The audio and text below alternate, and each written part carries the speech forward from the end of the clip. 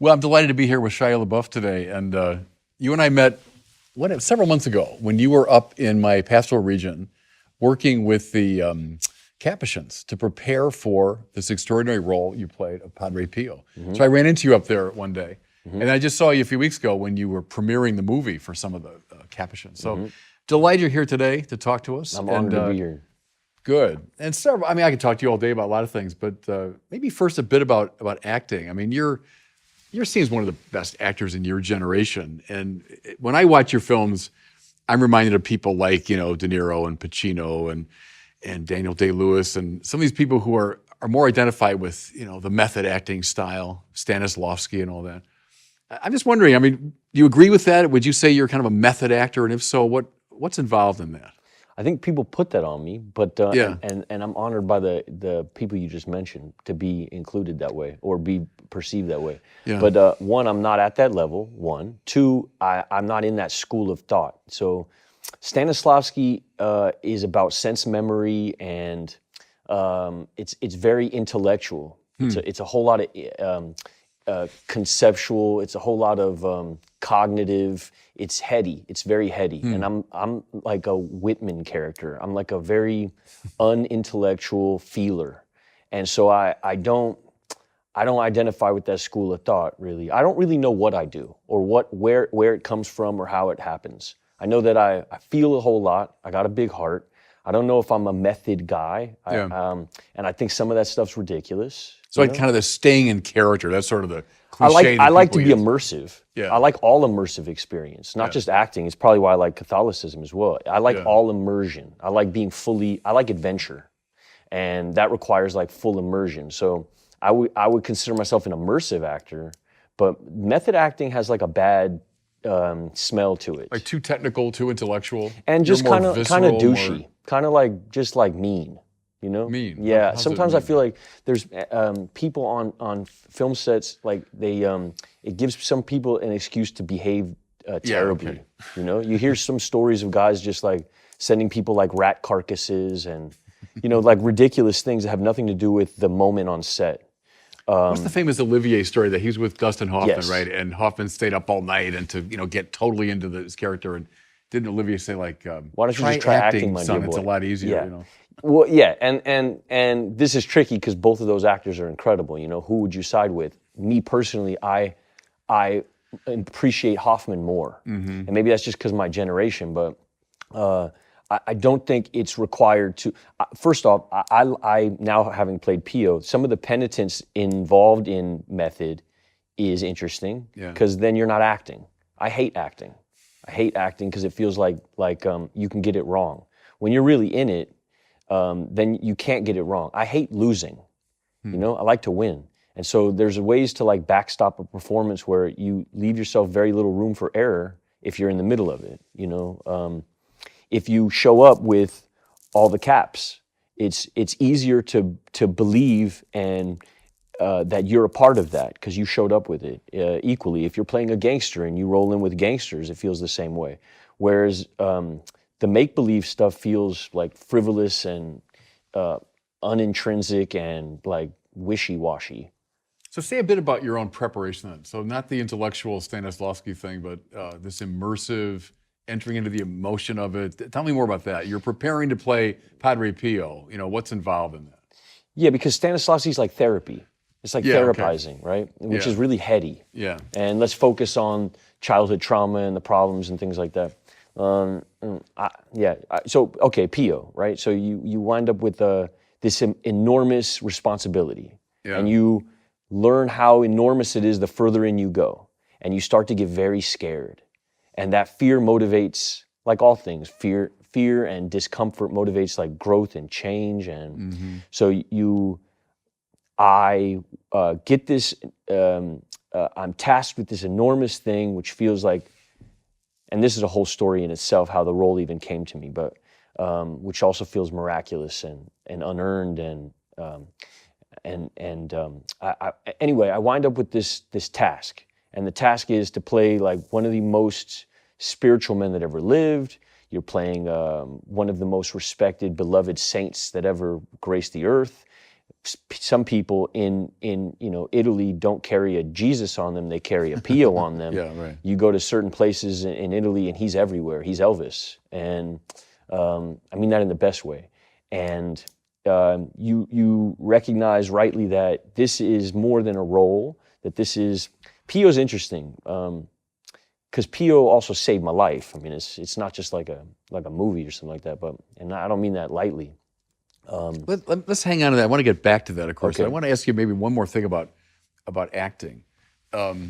If you like immersive experiences and you get tasked with playing Pio, your life is going to change. Well, I see that, for sure. That happened to you. Yeah. Here's what I want to ask you about, though. Actors have been fascinating to us from ancient times. It's not like a Hollywood thing. It goes all the way back to ancient times. The people loved actors. They find them fascinating. For some reason, people that can play other people, we find compelling. And then even like the ancient philosophers were very interested in acting and theater, Can I interject for 1 second? Yeah, go ahead. Just to say that Mass is a bit of a performance.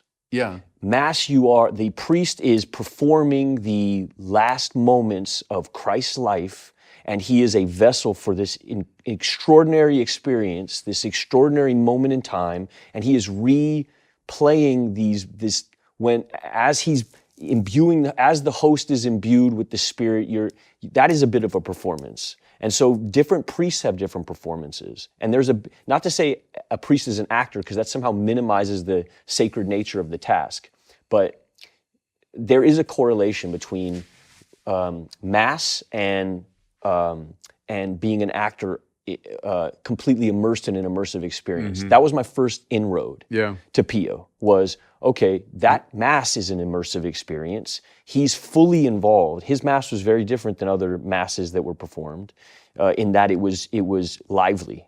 It was, you never knew which way it was going to go. We have some films of those. We've seen Padre Pio sing Mass. And it's an emotional experience. It's not just the tradition of it. It's not just the ritual of it. It's an entire journey that he goes through. He's exhausted at the other end.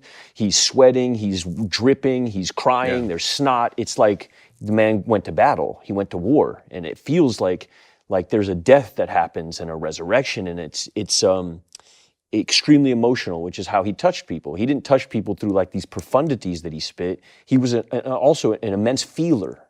A lot of his contemporaries didn't liken him to an Aquinas or an intellectual. He was an extraordinary feeler. He was like a pro-feeler.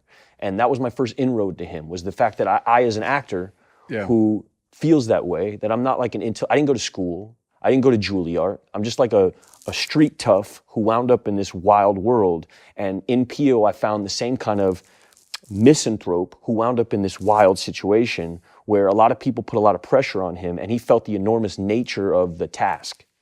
That was my first inroad. Yeah. Sorry for speaking too much. No. Here's a lot of things were going through my mind as you were talking. One is, I heard Bruce Springsteen say one time, and his first introduction to performing was being an altar server.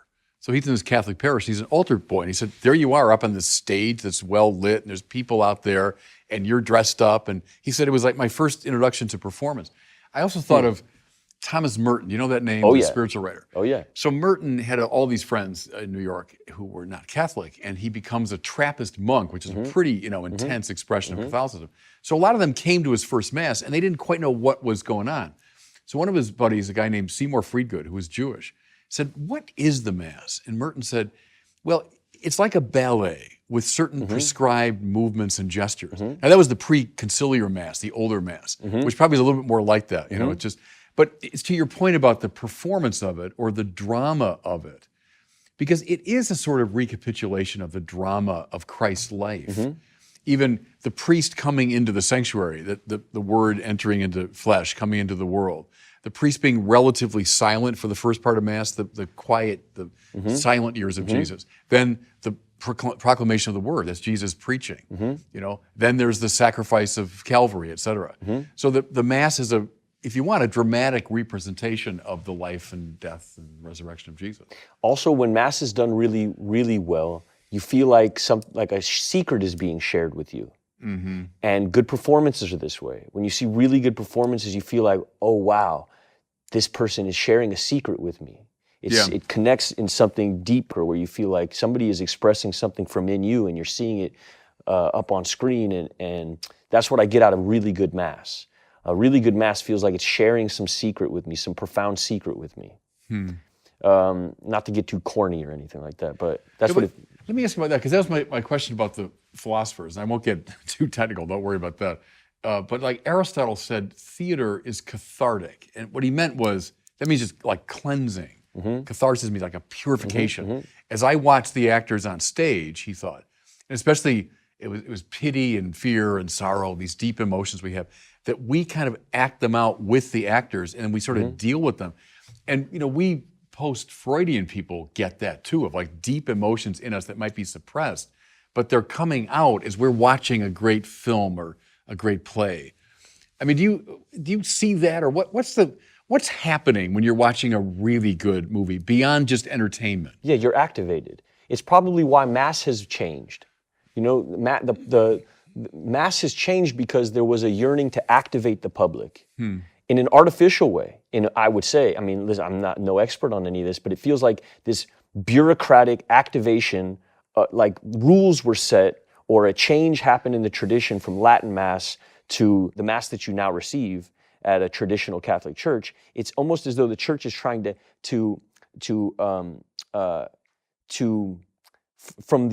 almost from the office, activate the audience without putting the agency on the priest. We have full, conscious, active participation. That's which is where the line of singing and the Vatican back II. and forth comes Right. from, whereas old Latin Mass put all the agency on the priest to be fully activated, and that activation of the priest was supposed to activate the audience, to activate the laity. That all the agency was put on the priest. And so, and I don't want to get too far into this because then you get into controversy, but Latin Mass affects me deeply. How come? Because it feels like they're not selling me a car. And when I go to some Mass with the guitars and stuff, and I'm from, Santa Ynez, right? So that's where I was catechized. And there's a lot of guitar playing, and there's a lot of like what feels like they're trying to sell me on an idea. Yeah. Whereas what I feel when I went to Oakland and went to like, and by the way, there's a very incredible version of that as well that's super activating and very emotional that I've experienced up there with Father Bobby. There's also, and Father Peter, but there's also this something that happened, Christ the King in Oakland does a Latin Mass every day of the week. And it feels like it's not being done to sell me on anything. And it feels almost like I'm being let in on something very special. And the quiet, it activates something in me where it feels like I found something. It's a little bit like a band. When a band is pushed on you, it doesn't feel the same way as you finding it. When you find it, then you root for it. It feels like this special thing that you found, and you protect it, and you hold it, and it's yours. When somebody's selling me on something, it somehow takes it kills my aptitude for it and my suspension of disbelief and my yearnings to root for it. I get it. There's an immediate rebellion in me. Yeah. No, I get that. You're hitting different dimensions of it, because you might say the shadow side of the older form was it became too much of a theater performance and the audience is just kind of sitting there taking it in, where what all the liturgical reform people wanted, this is way back in the 40s and 50s, was this full, conscious, active participation. So that the congregation is not like just watching a show, but we're involved. You say the give and take and so on. But then the shadow side of the other approach, I think you're right in saying I can feel too put upon, like they're, as you say, trying to sell me something. Yes. And, so trying to find that organic rhythm. Because you don't want to be exclusive either. No, right. Which is what Latin Mass feels like sometimes. It feels like I have to know Latin to experience it. But however, I would also say that there's certain language where I don't need to know the words. Yeah. Which is what I feel when I watch Pio's Mass. Yeah. I know what's going on, and I feel it deeply. It almost feels more powerful than when I know every single word. It takes me out of the realm of the intellectual, and it puts me squarely in the realm of the feeling, and the beauty thing that you talk about. Do you know Joseph Campbell? Do you know that name? The Yes. comparative mythologist. And he was raised as a Catholic way back when, so in the old church, right? He said he thought the greatest problem was when we moved the Mass from the older form, and he said to make it more like a cooking demonstration. And what he meant was, well, here we are, everything's well lit. I'm this and this and that. And I get his point. It's kind of the point you're making, that if it becomes too obvious, too rationalized, hey everybody, look, here's what's going on, that it does take something away from the experience of Yeah. the mystique of it. Because part of the idea of using incense, which we do at the Catholic Mass, and we say, well, our prayer is going up to God. Yes, indeed. But part of the symbolism there is it blocks our vision. The smoke gets Yes. in the way. Yes. And in fact, it gets in your eyes even. Yes. Where people are coughing and I can't see. But that's appropriate around sacred things. If everything's wide open to view and under bright light, oh, there it is. Yeah. Well, that's by definition not the sacred in a way. Yeah. So, see, the challenge to me is trying to find a way to honor all these things we're talking about. And the liturgical wars going on are often people on both sides seeing good things in their approach. But it's trying to find the place where they can all find expression. Yeah. I think that's the Yeah, challenge. and I do. I mean, as a person who's involved in the arts, to deny some of the senses, it heightens some of the others. So, Yeah. so when Yeah, you yeah. put me in this rationalistic, Right. logical word, plot, it takes me out of the feeling realm. Yeah. Whereas Latin Mass puts me squarely in the feeling realm because I can't argue the word, because I don't know what the word means. Yeah. So I'm just left with this feeling that feels sacred and connected. And really what hindered I was never an atheist. I was always an agnostic, even when I was a Sam Harris, TED Talk, Christopher Hitchens guy, which is who I was before I fell in. I always had a belief, but I never had like a connection. Latin Mass gave me something where I felt connected, which took me out of belief into connection. Belief kept me, I had belief because that's the rational, logical. It's not logical or rational to be atheist. If you really go deep enough, you get to the Big Bang and then you're screwed again. You have to account for it somehow, which puts you in a belief situation. Right. But too much of that logic and too much of that rationale takes me out of feeling, which takes me out of connection. No, it's a good instinct because Catholicism, I think part of our genius is we never threw anything out, that we have kind of this all-encompassing thing. You want rationality, man, you got Thomas Aquinas, and he's more rational than anyone in the whole Western tradition. But then that same Thomas Aquinas, who could write in a highly, highly technical way, they say couldn't get through Mass without weeping copiously. Yeah. And so that's Catholicism, is that we've got the emotion, we've got the art, we've got the sensible, we've got the intellectual, and it's all there. We never threw anything away, And so, because people are in different places. When I was a young kid, I responded to Aquinas' arguments. They made a huge difference to me. Like, wow, that is really rationally compelling. Other people respond in very different ways. I responded differently at different stages of my life. When I got through that, and then other things opened up to me, So I love that we've got this house with all these doors that are open, and whatever door works for you, come on in. Well, Merton is really interesting because he's a poet, and he speaks really rationally, but his writings are, and he was an atheist. So if you walk in and you were me reading, Seven Story Mountain, he spoke to every part of me. He was a big deal for me. Him and... he was for me too. Yeah. I didn't realize that you had read, so you read the Seven Story Mountain. It was sort of required if you were going to play Pio, I was told. He was a big deal. Very interesting. Yeah. The guys who catechized me, all the guys at San Lorenzo gave me him and Jim Townsend. Jim Townsend was a Capuchin who formerly was a con man. He was a convict. He had murdered his pregnant wife and then spent 20 years in prison and then spent 35 years in the seminary, or 35 years in the order. In the order, yeah. And he was another invite for a person who felt totally depraved when I walked in. I walked into this, my life was on fire. I was walking out of hell.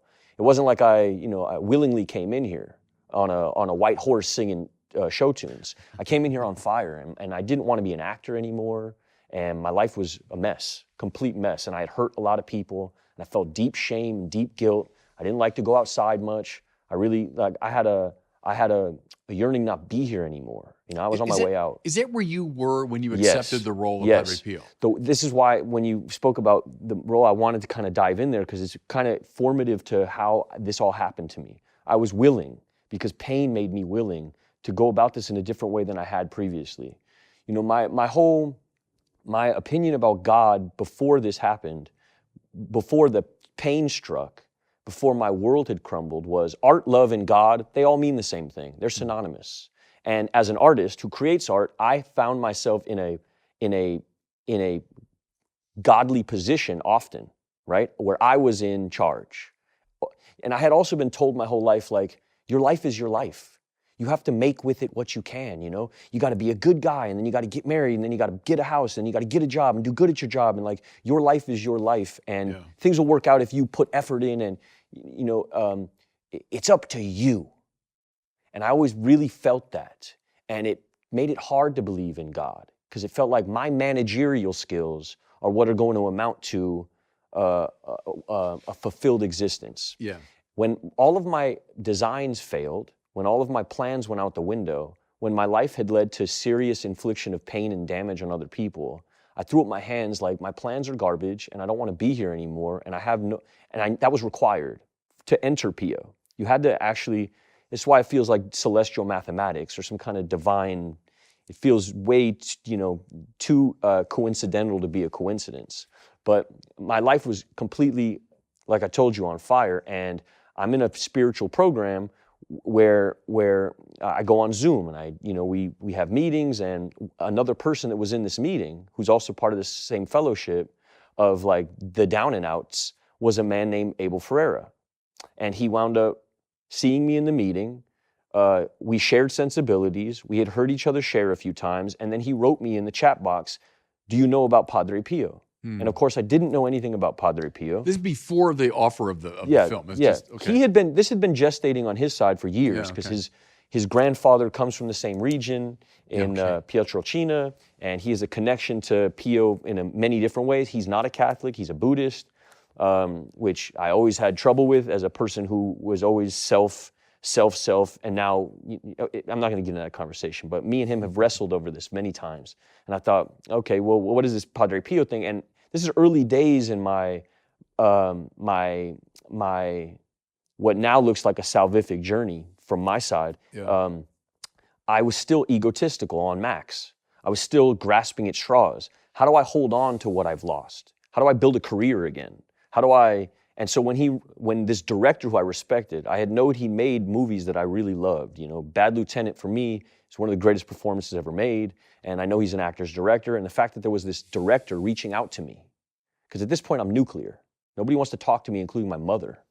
The manager's not calling, the agent's not calling. I'm not connected to the business anymore.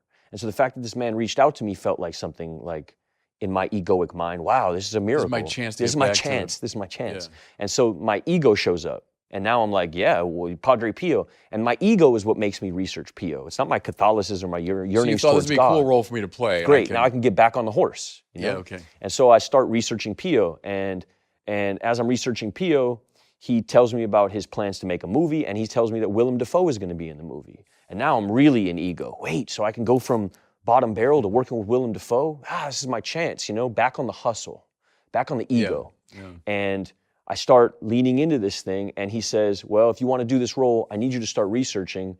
Go up and find I need you to go find a seminary, a Catholic that's when seminary. You made your way up to San Lorenzo. So the closest seminary to me, living in Pasadena, was San Lorenzo. So I drive up there, and I park my truck, and I start living in the parking lot. And I'm immersing myself in this world, and I'm sending videos back to Willem and Abel, who at the time were, working on the script, and I'm falling into a group of men that met me in San Lorenzo, namely a guy named Brother Jude, who starts talking to me about the gospel. And he says, well, if you're going to play Pio, you need to read the gospel. And so I'd never read the gospel, and he's reading Matthew to me. So you'd never read the Gospel of Matthew straight through? Yeah, okay. I've read all Sam Harris. I've watched all the TED Talks. And was really good at attacking Catholicism because it made me feel superior. It made me feel kind of agnostic/atheist at the time. Yes, I'd like to argue because it made me feel like I was in power. Right. Yeah. I'd like to be contrarian. Yeah. I like to sit with a bishop and then put you on your heels because that would make me feel powerful. Right. Which I find most secular people enjoy, the control of it. Yeah. Because so much of life is uncontrollable. To feel in control feels good. So I was that guy. I come up with these arguments. My mother had a spirituality that was sort of undefined. She was Jewish, right? Your mother? Yeah, but like hippie Jewish, not like traditional Jewish according to the Testament. My mother had never read the Old Testament. Okay. She was Jewish in culture. She liked the art. She liked being a part of it. She liked the rabbis and the charisma, but she wasn't a practicing Jew in that she wore tefillin and read the Old Testament. And I had never been given any of this information. I've been bar mitzvahed phonetically. I read the Hebrew phonetically. Okay. So it felt like a show. Yeah. It felt like a hustle. You didn't know what you were saying. I didn't know what I was saying. Okay. And in that way, it felt, and it wasn't emotional. It felt like I was doing it for my grandmother, who at that time was on her last leg, and I was told I needed to get bar mitzvah for my grandmother. And you were like 13 at the time? At the 13, age, yeah. and I read it phonetically, and my grandmother's happy, and they put me on a chair, and that's my spirituality for a long time. And it felt fake, because I never invested, I had never felt any real suffering in my life, so I didn't have any willingness to have any belief, so I had no faith. Okay, so that's the... So now you're up at San Lorenzo, and you're given the Gospel of Matthew. I'm reading You're reading it Matthew for the first time. I read it for the first time, and things start to strike me, Like what? like John the Baptist. Yeah, okay. Like the story of John the Baptist, being a reformed hedonist, being this man who's wearing like this who was sort of like, scraggly, and like he kind of felt like a old Western character from some kind of like I don't know, like he felt like a cowboy. Eating locust and wearing He felt like kind of rustic and strong and masculine. And my opinion of Christ at this point felt almost like I was reading about a Buddhist, like this very soft, fragile, all loving, all listening, but no ferocity, no romance. Then you hadn't read the Gospel. I hadn't read the Gospel at that point. I just had this art that I had seen of like this very soft, more feminized Jesus. Yes. And so I hadn't had this idea of like the Old Testament Christ on a horse, cape dipped in blood, sword. I had none of that was in my lexicon of knowledge. So all I knew about was this very soft, meek Jesus, which didn't fit into my idea of what masculinity would be. I come from my dad was a Mongol biker, it's like it wasn't appealing to me. And then I read about John the Baptist, and it became quite appealing. The grizzle. Yeah, right. And then you get further into the gospel, and you start getting into like elements of this like redemptive. It felt like I started reading about a route. I started like reading a map, towards something that felt like let go. That's really what I got out of the Gospels. If I could wrap it up in 2 words, it was let go. And at that time when I was reading it, I was holding on so tight to a life that I was slipping away through my hands, to 35 years of management, that the Gospel gave me this invite to just let go. What never was appealing to me about Buddhism was this idea, like, if I'm in a boat and the boat is sinking and I don't know how to swim, Buddhism is a book that tells you, and read this and learn how to swim better. And at the time in my life, like, I didn't want to swim anymore. I had a gun on the table. I was out of here. I didn't want to be alive anymore when all of this happened, okay? Shame like I had never experienced before. Kind of shame, you forget how to breathe. You don't know where to go. You can't go outside to get like a taco. Like, you don't want to go anywhere. And that's where you are when you're up there reading the Gospel and thinking about the playing tide repeal. You're in that state. Yes, but I'm also in this this deep desire to like hold on. Yeah. And so I read the Gospel with this man, Jude, and I keep hearing like in many different variations of it. I'm not going to explain the whole Gospel here, nor do I need to. It's you. But I keep hearing let go. Mm-hmm. And to a person who's been gripping so tight for so long, it feels like, it just feels like, it just feels like the right move to let go, like complete surrender for real. And it stops being this like prep of a movie, and it starts being something that feels beyond all that. And I stop sending videos. Like at a certain point with Jude, I just like really fall in. And then I meet these women, Sister Lucia of the Sacred Heart Sisters, who starts really like catechizing me in a very real way, in a very like, let's go through it, let's talk about it paragraph by paragraph. And what happened was, there also happened to be like a meeting at the church for this other spiritual program that I'm in, right next door to Sister Lucia's. So I'd wake up in the morning, 9 a.m., I'd go to my meeting, and then 10 a.m. I'd be with Sister Lucia, and then 11 a.m. I'd be with Brother Jude, and then 12 I'd be with Father James, who's now in Berlin. But Father James was like this. Father James felt like an old sheriff. Right. I don't know if you met Father James. Sure, yeah. He's like a grandfather. Right. His hand is enormous. Yeah. He made me feel safe. He would just put his hand on my shoulder sometimes, and he wouldn't say much to me. He wasn't, but he was also like this Archie Bunker character, where like his love felt like you had like you were pulling it out of him. Yeah. And he's always around. And I started falling into this group, and I'm living there. So I'm taking showers in there, and I'm eating with them, and we're hanging out. And they're drawing you into the Christian, the Catholic thing. They're kind Yeah. of drawing you into the gospel, into a certain way But of more life. than that, it's not even like they're drawing me into like laughter. They're like sharing jokes with me. It's like we're just like hanging out. And at this time, I had no friends in my life. You know, what did Jesus do with people when he first met them? Typically, he'd eat and drink with them. You know, so you think of Jesus, well, he's giving the Sermon on the Mount. Well, yes, he does. But the typical move of Jesus was, well, let's get around the table and we'll talk. Yeah. And he's talking to prostitutes and sinners and tax collectors, and so that move of theirs, to kind of draw you in. Yeah. Draw you into their life. Yeah, and I'm eating their ice cream, Yeah. and I'm eating them out of house and home, and I'm filling the tacos back up. But like, I'm really like, they're not asking nothing of me. They're not asking me to sign nothing. They're not asking me to do nothing or take pictures. I'm just like sitting around, and I'm petting their cats, and I'm hanging out, Yeah, right. But the lesson of, as you put it, let go, was coming through. Yeah, that's all I kept hearing. But not just let go, but reach out, right, to someone who's reaching out to you. The reach out had happened for me. Yeah. I was already there. I had nowhere to go. This was the last stop on the train. There was nowhere else to go. In every sense, it was like, I know now, like my God was using my ego to draw me to Him, was drawing me away from worldly desires. It was all happening simultaneously, but there would have been no impetus for me to get in the car and drive up here if I didn't think, oh, I'm going to save my career. And what happened to me when I got here is a switch happened. It was like 3-card Monty. It was like somebody tricked me into it. Yeah. It felt like, not in a bad way, in a way that like I couldn't see it. I was so close to it. I couldn't see it. I see it differently now because time has passed. And anyway, so I'm hanging with Brother Jude, and then Brother Jude gets called away, and he has to go like be an archivist somewhere. So he's got no time for me. And another man enters the fray named Brother Alex, and Brother Alex has a totally different energy. Young guy, he's about your age. He's my age. Yeah. Super austere. Yeah. Very prayerful. Yeah. And I don't know nothing about prayer because I can't cultivate an unforgiving. I don't know anything about silence. I don't know anything about quiet. I don't know anything about it. I got a cell phone in my phone that will give me everything my ego needs. It's buzzing all the time. I got all this, there is no silence, or I don't know anything about meditation. Meditation at this point in my life feels like a self-imposed timeout. Prayer feels like I'm memorizing somebody else's words, like I'm an actor, like I'm doing monologues for myself in my head. And Alex says, just go into that chapel and just shut up. Where the Blessed Sacrament is. Yes, Yeah. and just sit there. Just sit there and be quiet.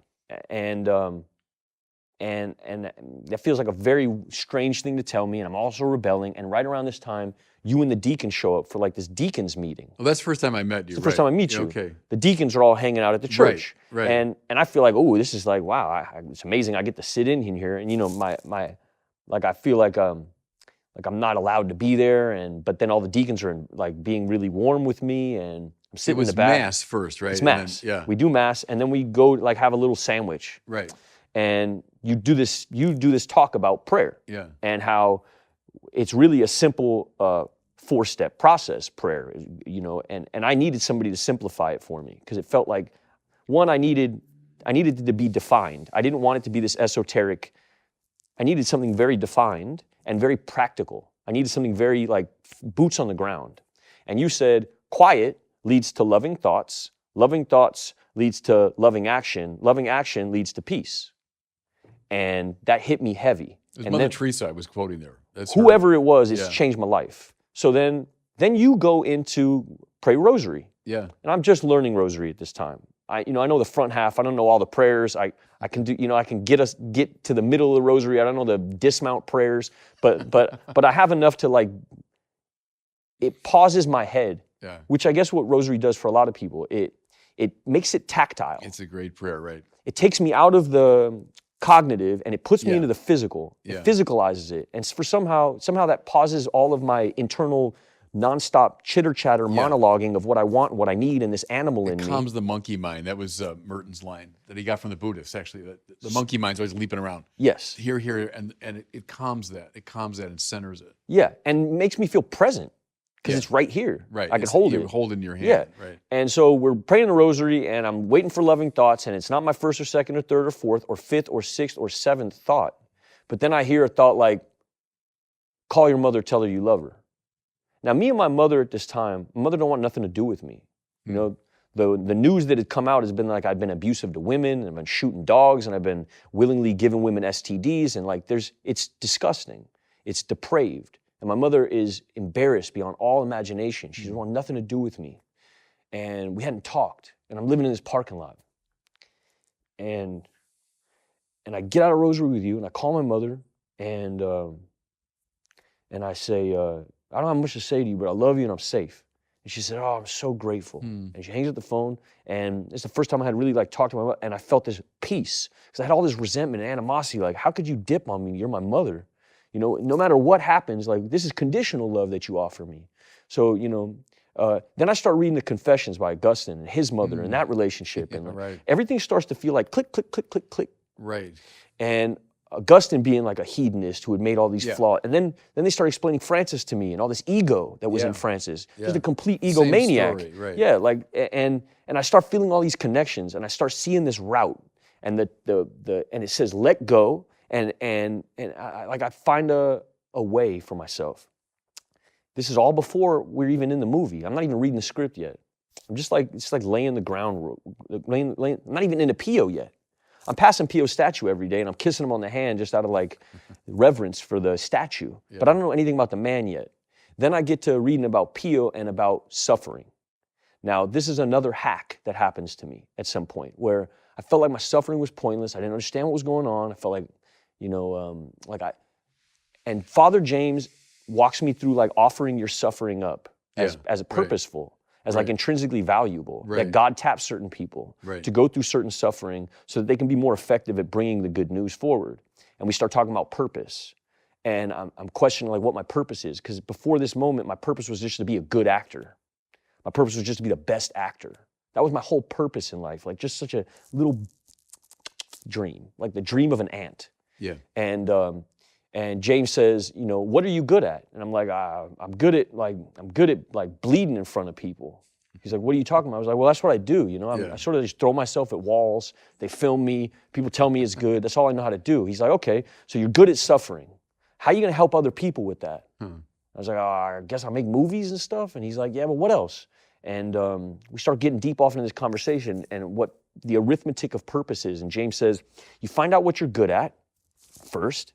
You find out how you can help other people with that, and that is your purpose. Yeah. And that's the leapfrog. Right. I mean, there's so many spiritual principles that you're talking about. And what's cool to me is you were learning them not abstractly, not from a book. You were living through them, and you had some good people guiding you.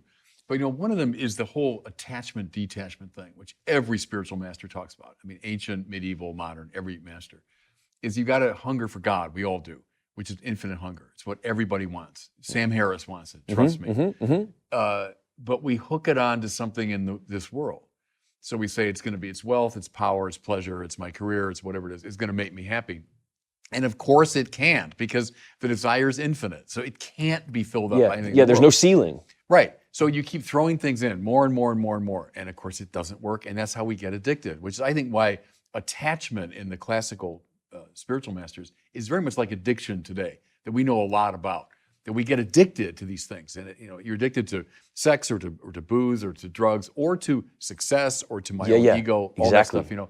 So you would wander down that path. I was wearing the success mask for 30 years. But see, it's like the, did you ever see this thing? It was Jim Carrey. It was a really funny little routine he did. It was at the Golden Globes. And he gets up and he said, this is not just Jim Carrey speaking to you. This is 2-time Golden Globe winner, Jim Carrey. And then he said, what I dream about at night is that someday I will be 3-time Golden Globe winner, and then the quest will be over. And they all laugh, but it was perfect. It was a perfect little parody of that problem, you know? So you're in there, and I'm thinking of Chesterton, you know, G.K. Chesterton. Have you read him at all? He has that wonderful line from one of his Father Brown stories, you know, these detective stories, and that God will let us drift to the end of the world, but then by a twitch upon the thread, will call us back, you know? And so you're talking about having wandered a long way, but then this twitch on the thread came, and it was this whole weird Padre Pio movie. And then these people Yeah. whom I know, everyone you talk about, I know these guys very well. And strangely, they weren't trying to get something out of you. I mean, No. you had nothing to really offer them. Nothing to offer them. But they were just there to say, okay, we're going to draw you into our world here just by our friendship and laughter. Then we're going to draw you a little If they didn't do it for fun and for free, I'd have never heard anything they said. I wouldn't have heard word one. Right. Because I would have ripped them apart because, this is a transaction and you're doing it because of this and that and this and that. Yeah, like Father James, who I know very well, if someone said, this guy, he's a really famous actor, and if you get to, he's like, I don't care. He didn't care at all. He wouldn't care at all. No, he didn't care at all. No, and that's what made him a powerful. Yes. And what he said to you, that's the move now from addiction, and then we reach out to the Lord, not to the things of the world. But then the next move is always mission. So he's like, okay, why did he call you back with a twitch upon the thread? Yeah. Why? So that now he can send you out on mission. Yeah. So that's James saying to you, okay, what are you good at? Well, how can you use it? Yes. But James is also a big Pio guy. Right. And he keeps saying to me, like, don't make him weak. Yeah. Like, meek and weak are two different things. No, right. And let me explain the difference to you between being meek and being weak. Meek is to be treasured. Meek is to be valued. Meek is a submissive respect. Mm-hmm. Weak is having no faith. And he starts explaining stuff like that to me, where, meek in my head, from a kid who never had a puberty ceremony. I mean, Judaism, and you're 13 and they put you on a chair and you get a driver's license, but it's not like I wander off into the woods and come back with a lion's head. There's no puberty ceremony for a young man today. That's a problem in our culture. Yes. We've forgotten how to do that. And you don't really know what it is to be a man, and James starts talking about mountains. This is where Seven Story Mountain comes about, but we were in a conversation about a mountain, about what in nature is masculine. And I'm like, and he says mountain, and he says, do you know why? He goes, because it's immovable. The wind is not going to move a mountain. And then we start talking about my wife and what my wife wants in a man, and being stable, and where that stability comes from for a man, and that it's not going to be something you will. It's going to be something you lean on. And that mountain is in that chapel. This is like my journey to this. He starts brought you back to the Blessed Sacrament. Yeah, but he does it like through this rah-rah cowboy talk. I feel like I'm listening to like I don't know what to describe it as, but it feels like John Wayne. It's like this rah-rah kind of thing that touched on it touched on this thing that I came from, and it accounted for this whole side of this Christ that I didn't know yet. And he sort of like masculinized the whole thing for me as this warrior's journey. And he starts reading like Heraclitus to me. I don't know anything about Heraclitus, but he's like, there's this quote I want to read to you. And he goes, Heraclitus talks about what a warrior is. He says, and I'm paraphrasing, but he says, out of 100 men, 80 are just targets. 10 are fighters because 10 are fighters because they make for the battle and we're grateful for them. But the one is a warrior, and he will bring the others back. And, I'm starting to have like emotional experiences with this guy in this, with these cats running around, we're eating ice cream, and I'm having like emotional experiences with him, explaining Heraclitus and like this thing that I hadn't had before, which felt like a task, more than me, more than just like myself. And it was also like tapping into this other program that I come from. And so now I'm starting to share like in this other program on Zoom, like these guys are seeing me in a parking lot, and they're seeing these friars walk behind me. What's going on? And they're desperate for God over here as well. That whole thing is about finding a higher power. And so they're seeing me like hang out at this seminary, and they start driving up. And the guys start... Is that right? Yeah, these guys that are in this other program start driving up to the seminary and start hanging out with these other friars, and my world sort of collides. And then... oh man, where are we in the story? But well, you've come a long way spiritually at that point. Yes. I mean, now I'm experiencing prayer. I'm experiencing rosary. I'm starting to learn Mass really well. I'm starting to be a part of Mass. I'm starting to feel the effect of Mass. I'm not receiving the host yet because we weren't sure if I was baptized or not.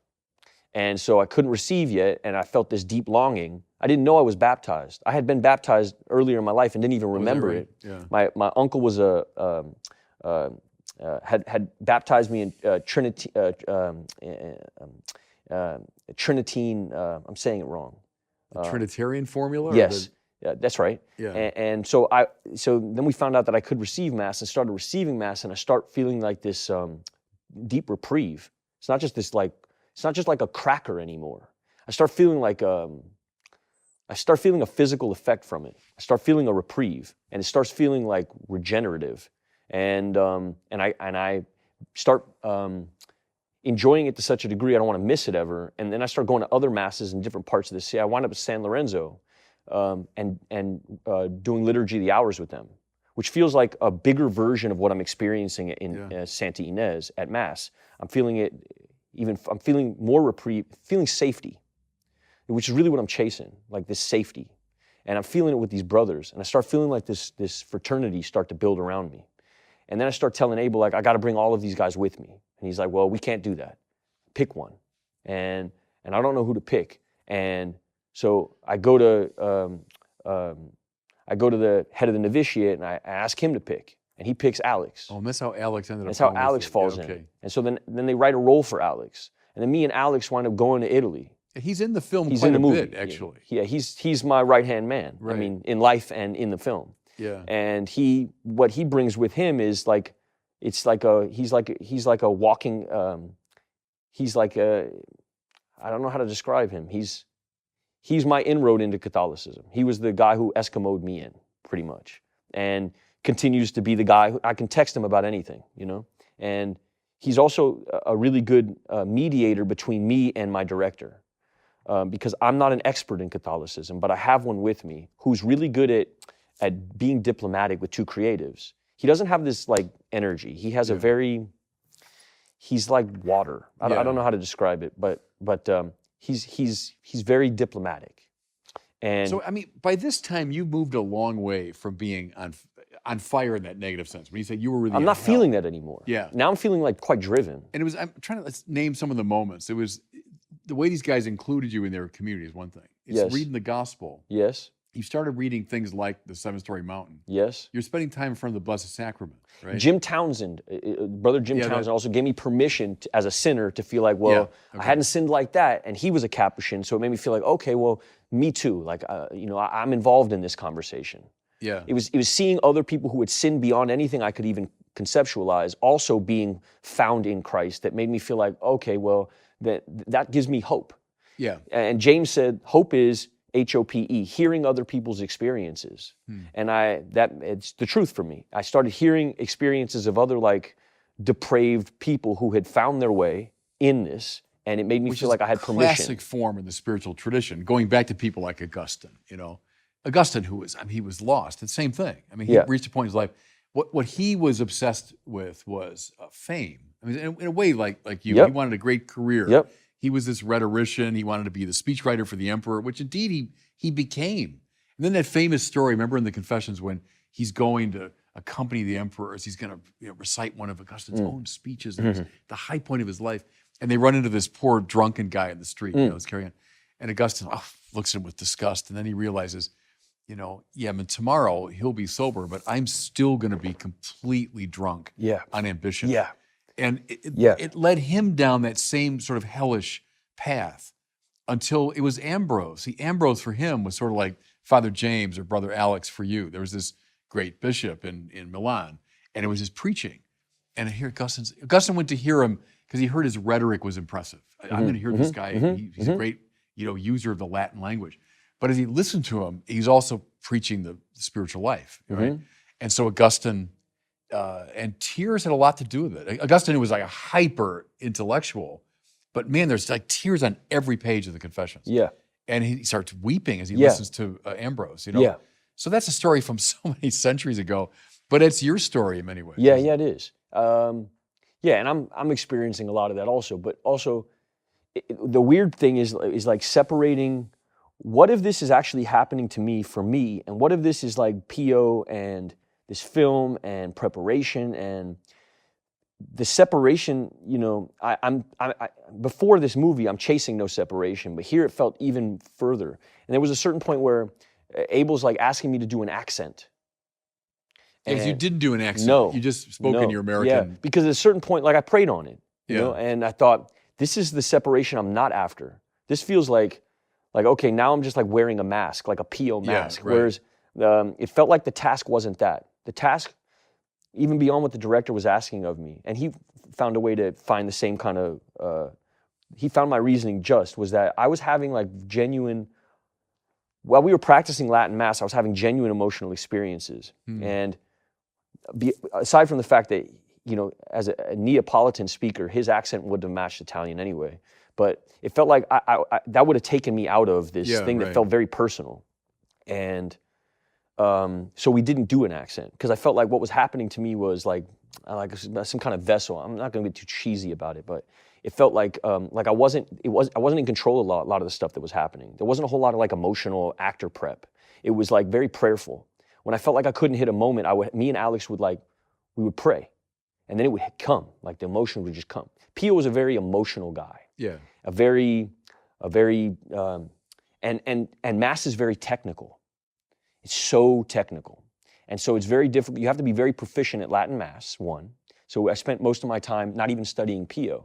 I would just study Latin Mass. So I went up to Oakland. I lived in Oakland, and just at the seminary in Burlingame, and then in Oakland, and I'm just going to Latin Mass all the time. And then after Latin Mass, I'm studying with the priests from the Christ the King, which is traditionalist Latin Mass, and I'm studying with them, but there's no emotionality with them. They're very like, it's like French Latin Mass, which isn't Italian Latin Mass. It's very like, it's just like stiff.